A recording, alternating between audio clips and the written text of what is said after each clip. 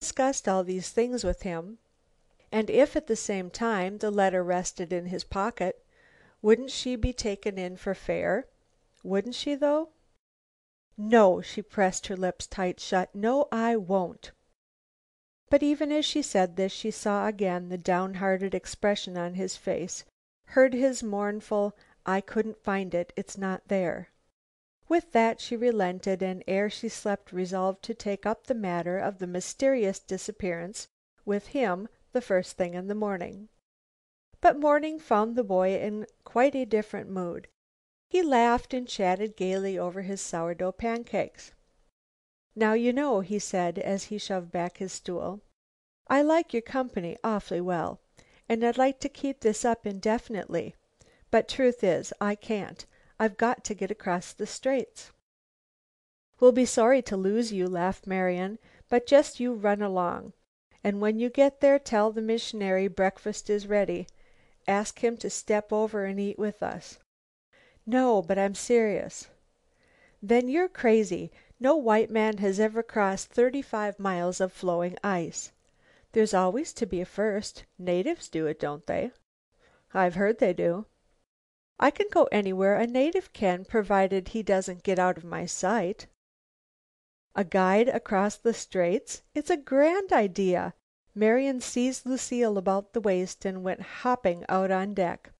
"A guide across the Straits. We'll be home for Christmas dinner yet." "What? You don't mean—" The boy stared in astonishment. "Sure I do.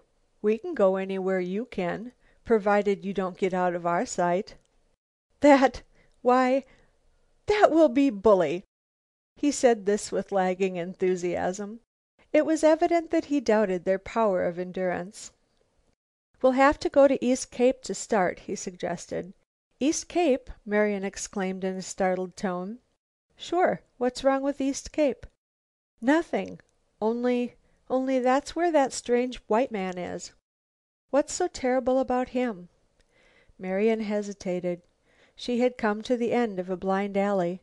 Should she tell him of her experience with the miner who demanded the blue envelope, and of her suspicion that this man at East Cape was the same man? She looked into his frank blue eyes for a moment, then said to herself, "Yes, I will." She did tell him the whole story.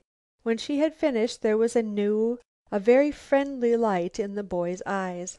"I say," he exclaimed, "that was bully good of you. It really was. That man—" He hesitated. Marian thought she was going to be told the whole secret of the blue envelope. "That man," he repeated, "he won't hurt you. You need have no fear of him.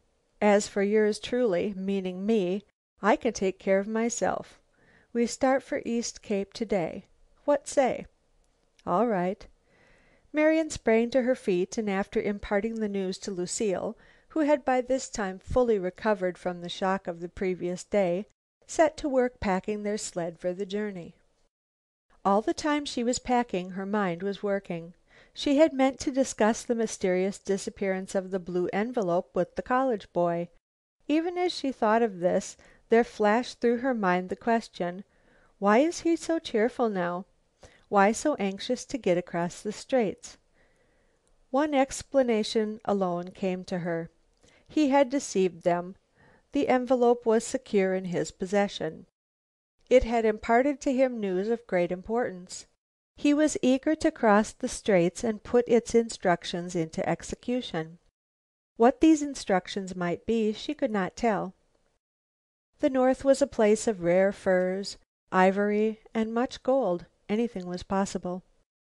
"No!" she almost exploded between tight set teeth. "No! I won't talk it over with him. I won't." One thing, however, she did do. Under pretense of missing some article from her wardrobe, when on the beach ready to start for East Cape, she hastened to the cabin on the beach and executed a quick search for the missing envelope. The search was unrewarded.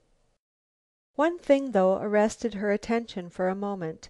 As she left the cabin she noticed, near the door, the print of a man's skin boot in the snow. It was an exceedingly large print, such as is made by a careless white man who buys the first badly made skin boots offered to him by a native seamstress. The college boy could not have made that track. His skin boots had been made by some Eskimo woman of no mean ability. She had fitted them to his high, arched and shapely feet, as she might have done had he been her Eskimo husband. "Oh, well," she exclaimed as she raced to join her companions, "probably some native who has passed this way." Even as she said it, she doubted her own judgment. She had never in her life seen a native wear such a clumsy and badly shaped skin boot. CHAPTER 8